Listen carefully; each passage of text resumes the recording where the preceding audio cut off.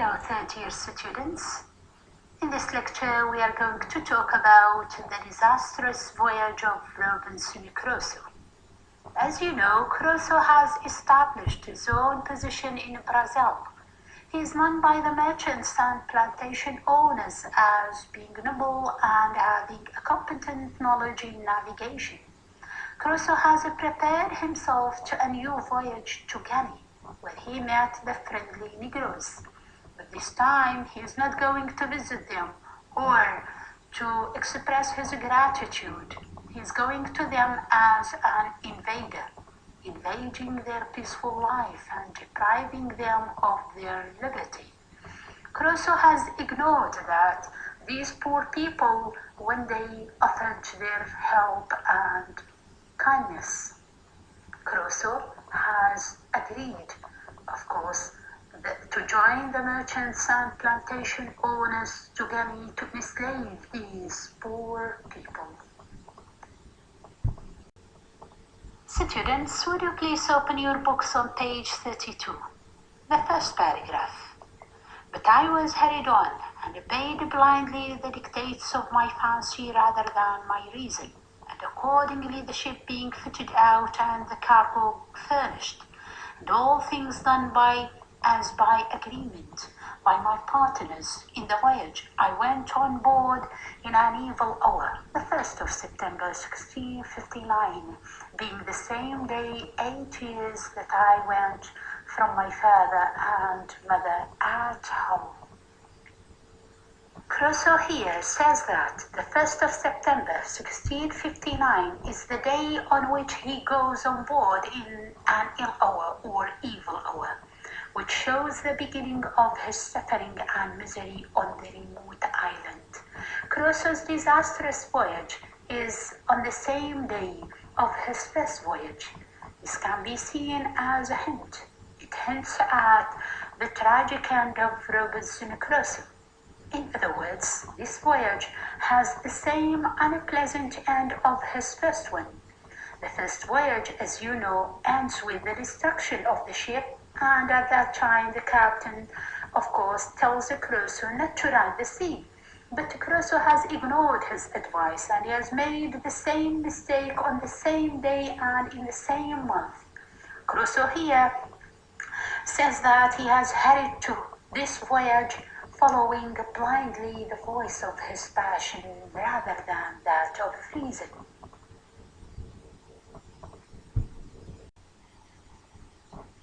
The narration of Robinson Crusoe reveals his age. Students, can you tell me the age of Robinson Crusoe here? I mean, how old he is when he makes this voyage? Students, let us read now the third paragraph, the same page, 32, line number 10.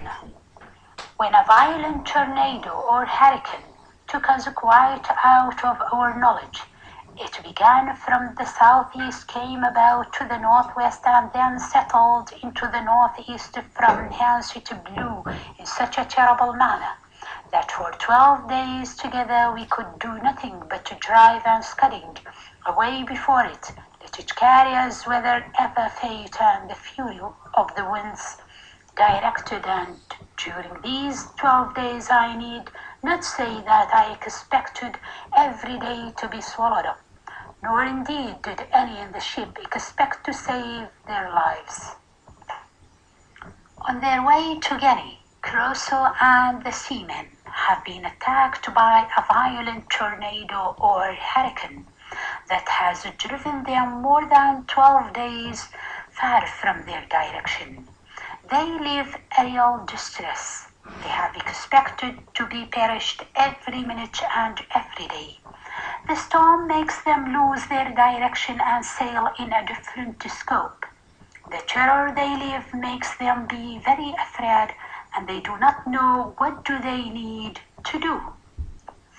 The sea seems to be a monster, ready to swallow the ship and its people. Crusoe and his men realize that their end is inevitable. Now, the last paragraph of page 32. In this distress we had, besides the terror of the storm, one of our men died of the cancer, and one man and the boy washed overboard. About the 12th day, the weather abating a little, the master made an observation as well as he could, and found that he was in about 11 degrees north latitude, but that he was 22 degrees of longitude difference west from Cape St. Augustino. The deep distress has been increased by the death of some of Crusoe's men. One has died suffering from a calenture. Calenture, it means fever or delirium, caused by sunstroke. The other two men have been carried out of the ship by the high waves that broke violently over the ship. Crusoe and his men do not know how to save themselves and be out of this danger. They know very well that they are sailing in a different direction of their own, but they cannot do anything. Crusoe continues his narration, saying, he found he was gotten upon the coast of Guinea, or the north part of Brazil, beyond the river Amazons, towards that of the river Onoc, commonly called the Great River, and began to consult with me what course he should take, for the ship was leaky and very much disabled, and he was going directly back to the coast of Brazil. Students, here Crusoe continues describing the difficulties he and his men have confronted. They cannot go on sailing because of the terrible weather and because the ship is disabled. The captain suggests to go back to the coast of Brazil, and he consults Crusoe in this matter. Page 33, please. The first narrative paragraph, in which Crusoe says, I was positively against that, and looking over the charts of the sea coast of America with him, we concluded there was no inhabited country for us to have recourse to, till we came within the circle of the Caribbean islands, and therefore resolved to stand away for Barbados, which by keeping off at sea to avoid the indraft of the Bay or Gulf of Mexico, we might easily perform, as we hoped, in about 15 days' sail, whereas we could not possibly make our voyage to the coast of Africa without some assistance both to our ship and to ourselves. Here Crusoe seems against the idea of returning to the coast of Brazil. He carefully studies the matter with the captain of the ship. It is difficult to do it, since there is no inhabited country to recourse to, as he says, and they need an urgent help. At the same time, it is impossible to continue sailing towards the coast of Africa by a leaky and disabled ship, so they need to wait for the storm to abate. In this distress, the wind is still blowing very hard. One of our men early in the morning cried out land, and we had no sooner run out of the cabin to look out in hopes of seeing whereabouts in the world we were. But the ship struck upon a sand, and in a moment, her motion being so stopped, the sea broke over her in such a manner that we expected we should all have perished immediately, and we were immediately driven into our close quarters to shelter us from the very foam and spray of the sea. Here Crusoe continues describing the distress they live in, saying that when they reach the Caribbean islands, the ship has been hit by a series of storms, and in this deep misery they have heard one of the men crying land. They all rush to see where they are and what happens, but the ship strikes upon the sand. The ship hits the sand and it stops moving. At this moment, the high waves of the sea break over the ship in a violent, terrible way that make all of them expect to die. In this case, they hurry to protect themselves. Now the next paragraph, please. It's not easy for anyone who has not been in the like condition to describe or conceive the consternation of men in such circumstances. We knew nothing where we were, or upon what land it was we were driven, whether in an island or the main, whether inhabited or not inhabited, and as the rage of the wind was still great, though rather less at first, we could not so much as hope to have the ship hold many minutes without breaking in pieces, unless the winds, by a kind of miracle, should turn immediately about. Crusoe continues describing the horrible scene, telling us that the ship is now filled with horror that dominates the seamen, who do not know what should they do, to avoid being perished, of course, and they do not know where they are and upon which land they are being driven. The terror created by the agitation of the sea, which turns like a raging monster, makes Crusoe and the seamen quite hopeless and in deep despair. In a word, we sat looking upon one another, and expecting death every moment, and every man acting accordingly, as preparing for another word, for there was little or nothing more for us to do in this, that which was our present comfort, and all the comfort we had was that, contrary to our expectation, the ship did not break yet, and that the master said the wind began to abate. Crusoe and his men surrender to their fate, since they realize that they cannot avoid their inevitable death. Some of them start praying, others are shocked and they keep silent.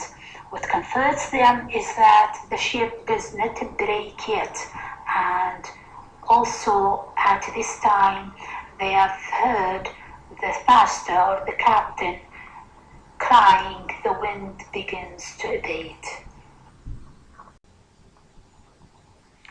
Now that we thought that the wind did a little abate, yet the ship having thus struck upon the sand and sticking too fast for us to expect her getting off, we were in a dreadful condition indeed, and had nothing to do but to think of saving ourselves as well as we could.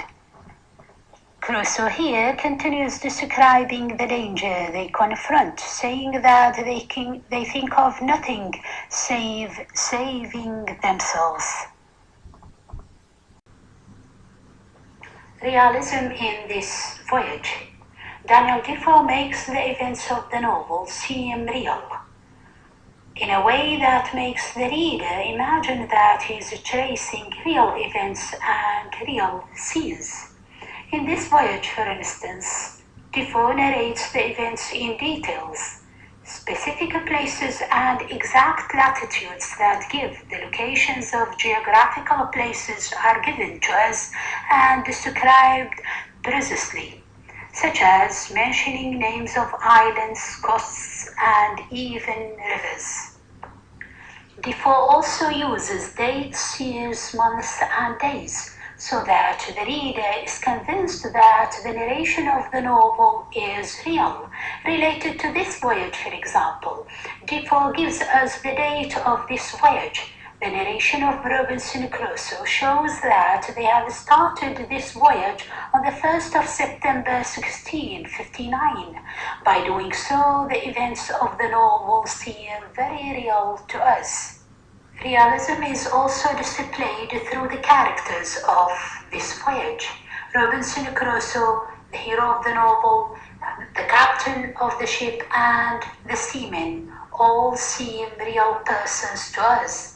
Through their motives, desires, and feelings that are revealed to us, we know what kind of human beings they are. At the beginning of this voyage, they seem full of ambition and full of desire to sail to Guinea, to bring negroes, of course.